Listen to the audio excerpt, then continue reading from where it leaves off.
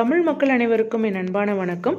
இன்னைக்கு பாட்டி சமையல்ல என்ன வீடியோ பார்க்க போறோம் அப்படின்னா, ஒரு பாதி நாள் அளவுக்கு நான் என்னென்னலாம் வேலை செஞ்சேன் அப்படிங்கிறத காமிக்க போகிறேன். இன்றைக்கி காலையில் அரிசியெல்லாம் ஊற வச்சுட்டு இட்லிக்கு ஆட்டுறக்குன்னு, அதுக்கப்புறமா தேங்காய் எண்ணெய் வந்து காய்ச்சிக்கலாம் அப்படின்னு சொல்லி எண்ணெயில் கருவேப்பிலை ஃப்ரெஷ்ஷாக இருந்தது. அதனால் அதையும் சேர்ந்து கொஞ்சம் வெந்தயம் அப்புறம் மிளகு இதெல்லாம் போட்டு நான் கொதிக்க வச்சிட்ருக்கேன். இப்போ வந்து நல்லா வந்து ஃப்ரை ஆகிடுச்சு. இது என்ன பண்ணேன்னா, எனக்கு வந்து கீழே தூக்கி போடுறதுக்கு மனசே வரல. ஏன்னா வந்து ரொம்ப அந்த எண்ணெயெல்லாம் வந்து அதில் இதாகி ரொம்ப வந்துட்டு வாசமாக நல்லா இருந்துச்சு. அந்த தேங்காய் எண்ணெய் வாசத்துக்கும் இதுக்கும் அவ்வளோ நல்லா இருந்துச்சு.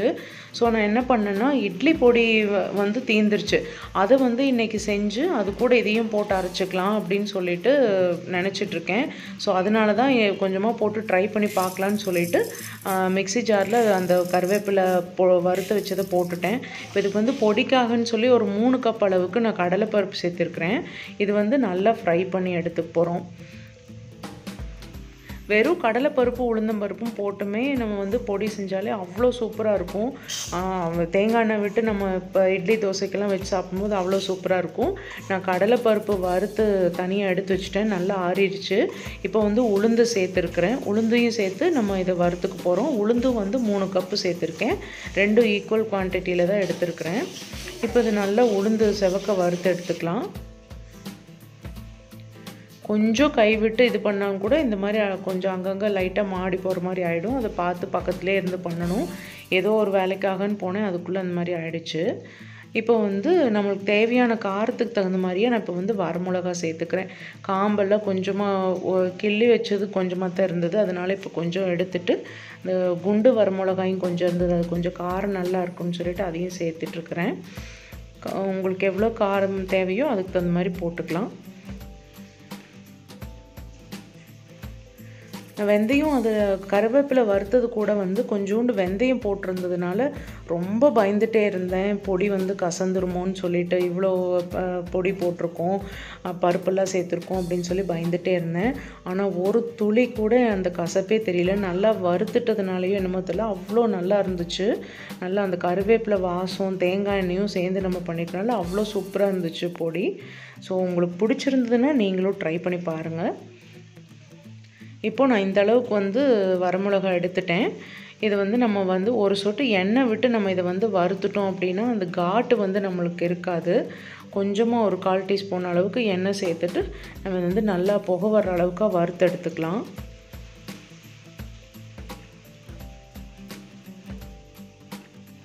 பாருங்கள், நல்லா அந்த காட்டு வர ஆரம்பிச்சிருச்சு.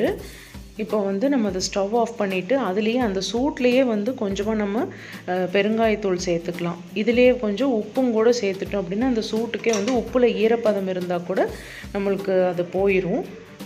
இப்போ நான் எல்லாம் எடுத்து வச்சாச்சு, உப்பும் சேர்த்துட்டேன். இதை வந்து இந்த பேப்பரில் மாற்றி வச்சுருந்தேன் உளுந்து வறுத்தது. அது கூடவே இதையும் சேர்த்து வச்சிட்டோம்னா இதுவும் ஆறிட்டுருக்கும். அதுக்குள்ளே இந்த கருவேப்பிலை வறுத்ததும் கடலைப்பருப்பையும் ஒரு வாட்டி ஒரு சுற்றி எடுத்துக்கலாம். மிக்சியில் போட்டு எடுத்தாச்சு. இப்போ பாருங்கள், இந்த மாதிரி வந்திருக்கு. இன்னும் நல்லா கலந்து விடணும். ஃபஸ்ட்டு அதுக்குள்ளார இந்த வரமிளகா, உப்பு, பெருங்காயம், உளுந்து இதெல்லாம் வந்து நம்ம பொடிச்சு எடுத்துகிட்டு வந்துடலாம். இப்போது உளுந்தும் வந்து ஒரு ஓட்டியாச்சு. இது வந்து பாருங்கள், ரொம்ப எனக்கு வந்து பவுடராக இருந்தால் பிடிக்காது. அதனால் கொஞ்சம் ஒரு 95% தான் வந்து நான் அரைப்பேன். அப்புறம் கொஞ்சம் கரகரப்பாக இருந்ததுனா தான் எனக்கு பிடிக்கும். அதனால தான் அந்த மாதிரி எடுத்திருக்கேன். இந்த கருவேப்பிலை பொடியெல்லாம் அரைச்சோம் இல்லையா, அதெல்லாம் வந்து அடியில் இருக்கும். அதெல்லாம் நம்ம வந்து இப்போ கை விட்டு நல்லா பிசைஞ்சு எடுத்துக்கலாம். இந்த கட்டி இல்லாமல் இதை வந்து நம்ம இப்போ கலந்து நல்லா எடுத்துக்கலாம். இப்போ இந்த சின்ன சின்ன கட்டிகள்லாம் இருந்தாலும் அதையெல்லாம் சேர்த்து நம்ம வந்து உடச்சி விட்டு இந்த மாதிரி நம்ம பண்ணிக்கலாம். இதே வந்து ஒரு பேப்பரில் போட்டு நம்ம ஆற வச்சிட்டோம் அப்படின்னா கொஞ்சம் அந்த மிக்ஸி சுற்றுனப்போ கொஞ்சம் லைட்டாக ஹீட் ஆகிருக்கும் இல்லையா, அது கூட இல்லாமல் நல்லா ஆற வச்சு எடுத்து வச்சிட்டோம்னா நம்மளுக்கு எந்த விதமான கெட்டு போகாமல் அந்த மாதிரி நல்லா இருக்கும். இந்த மாதிரி பேப்பரில் போட்டு கொஞ்சம் நேரம் ஆற விட்டு அதுக்கப்புறமா நம்ம வந்து ஒரு டப்பால் போட்டு ஸ்டோர் பண்ணி வச்சுக்க வேண்டியது தான். இப்போ அது கூடவே பார்த்திங்கன்னா ஈவினிங் ஸ்நாக்ஸுக்குன்னு சொல்லிட்டு நான் சேமியாவில் தான் பாயசம் செய்ய போகிறேன். ஸோ அதுக்கு வந்து கொஞ்சமாக இந்த அமுல் பட்டர் ஒரு பீஸ் இருந்துச்சு, அதனால் அது மட்டும் போதும்னு சொல்லி, ஏன்னா பால் இதெல்லாம் சேர்ப்போம் இல்லையா, அதனால் நெய் வாசனை ரொம்ப தேவையில்லைன்னு சொல்லிவிட்டு ஒரு பட்டரே எனக்கு போதுமானதாக இருக்கும். அதில் கொஞ்சமாக நம்ம வந்து முந்திரி திராட்சைலாம் போட்டு நான் வறுத்துருக்கேன். இதை வந்து கொஞ்சம் கோல்டன் ப்ரௌன் கலர் வர வரைக்கும் இதை நம்ம வந்து வறுத்து எடுத்துக்கலாம்.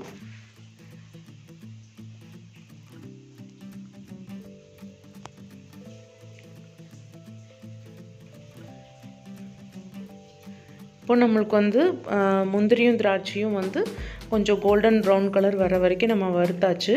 இதுலேயே என்ன பண்ணுறேன்னா 4 கப் அளவுக்கு நான் தண்ணி சேர்த்துக்கிறேன். நான் வந்து வறுத்த சேமியா தான் எடுக்க போகிறேன், அதனால எனக்கு இந்த அளவுக்கு தண்ணி ஊற்றினா சரியாக இருக்கும். நாங்கள் இங்கே வாங்குகிற பிராண்டில் வந்துட்டு இந்த அளவுக்கு தண்ணி ஊற்றினா கரெக்டான பதமாக இருக்கும், அதனால தான் அந்தளவுக்கு சேர்த்துருக்கேன். ரோஸ்டட் சேமியா தான் எடுத்திருக்கேன் நான், பாம்பினோஸோடது. ஸோ இது ரொம்ப நல்லாயிருக்கும், வறுத்த சேமியா வந்து ரொம்ப நல்லாயிருக்கும். என்ன தான் நம்ம வந்து சேமியா வாங்கி வறுத்துட்டாலும் இந்த மாதிரி ஈவனாக வராது, அவங்க மெஷினில் பண்ணுவாங்கன்னு நினைக்கிறேன், அதனால் இந்த மாதிரி வந்திருக்கும். இதுக்கு வந்து நான் வந்து ஒரு 3 கப் அளவுக்கு நான் இதில் வந்து சேமியா சேர்த்துக்க போகிறேன். அவ்வளோதான் இருந்துச்சு என்கிட்ட, அது ஃபுல்லாக சேர்த்துட்டேன்னா இந்த தண்ணிக்கும் அந்த சேமியாவுக்கும் கரெக்டான அளவாக இருந்துச்சு.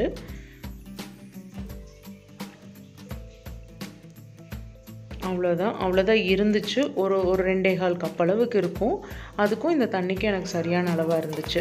இப்போ வந்து நம்ம ஒரு தட்டு போட்டு மூடி வச்சிடலாம். இது மாதிரி கொஞ்சம் கேப் விடுற மாதிரியே இருக்கணும், அப்போ தான் வந்துட்டு பொங்கி தண்ணி கீழே விழுகாமல் இருக்கும். இல்லை அப்படின்னா அந்த நுரை கட்டி வரும்போது உங்களுக்கு தண்ணியெல்லாம் கீழே விழுகிறதுக்கு வாய்ப்பு இருக்குது.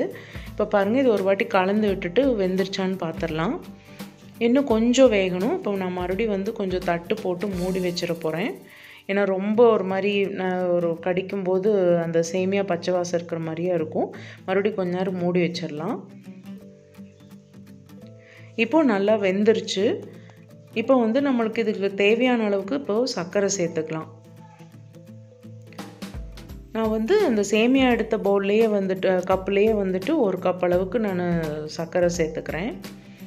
இது வந்து கரெக்டாக இருக்கும். இது வந்து பெரிய சைஸாக இருக்குது நாங்கள் வாங்குகிற சர்க்கரை, அதனால் வந்து கொஞ்சம் கம்மியாக தான் எடுத்துருக்கிறேன் நான். இப்போ இது நல்லா கலந்து விட்டுட்டு இப்போ அடுத்தது வந்து நம்ம பால் சேர்த்துக்க போகிறோம்.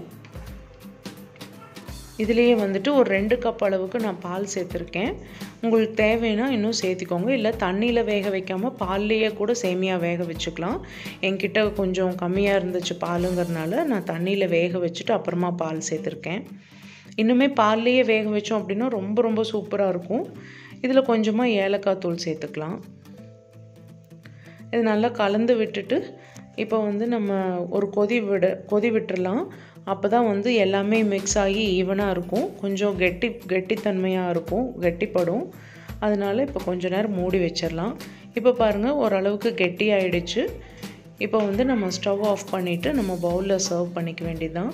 சூப்பராக வந்து சேமியா பாயசம் ரெடி ஆகிடுச்சு. உங்களுக்கு இந்த வீடியோ பிடிச்சிருந்தது அப்படின்னா, இந்த மெத்தட் பிடிச்சிருந்தது அப்படின்னா நீங்களும் இந்த மாதிரி ட்ரை பண்ணி பாருங்கள்.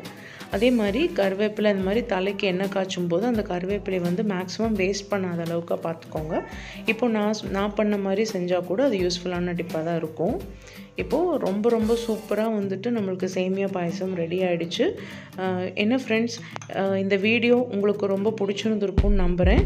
அப்படி பிடிச்சிருந்தது அப்படின்னா லைக் பண்ணுங்கள், ஷேர் பண்ணுங்கள், கமெண்ட் பண்ணுங்கள். மறக்காமல் சப்ஸ்கிரைப் பண்ணிடுங்க. பக்கத்தில் இருக்கிற பெல் ஐக்கானையும் ப்ரெஸ் பண்ணிடுங்க. அப்போ தான் நான் போடுற எல்லா வீடியோஸும் வந்து உங்களுக்கு நோட்டிஃபிகேஷனாக வரும். மீண்டும் இதே மாதிரி ஒரு நல்ல சமையலோடு உங்களை பாட்டி சமையல் சந்திக்கிறேன். அது வரைக்கும் நன்றி, வணக்கம். பாய் ஃப்ரெண்ட்ஸ், தேங்க்ஸ் ஃபார் வாட்சிங்.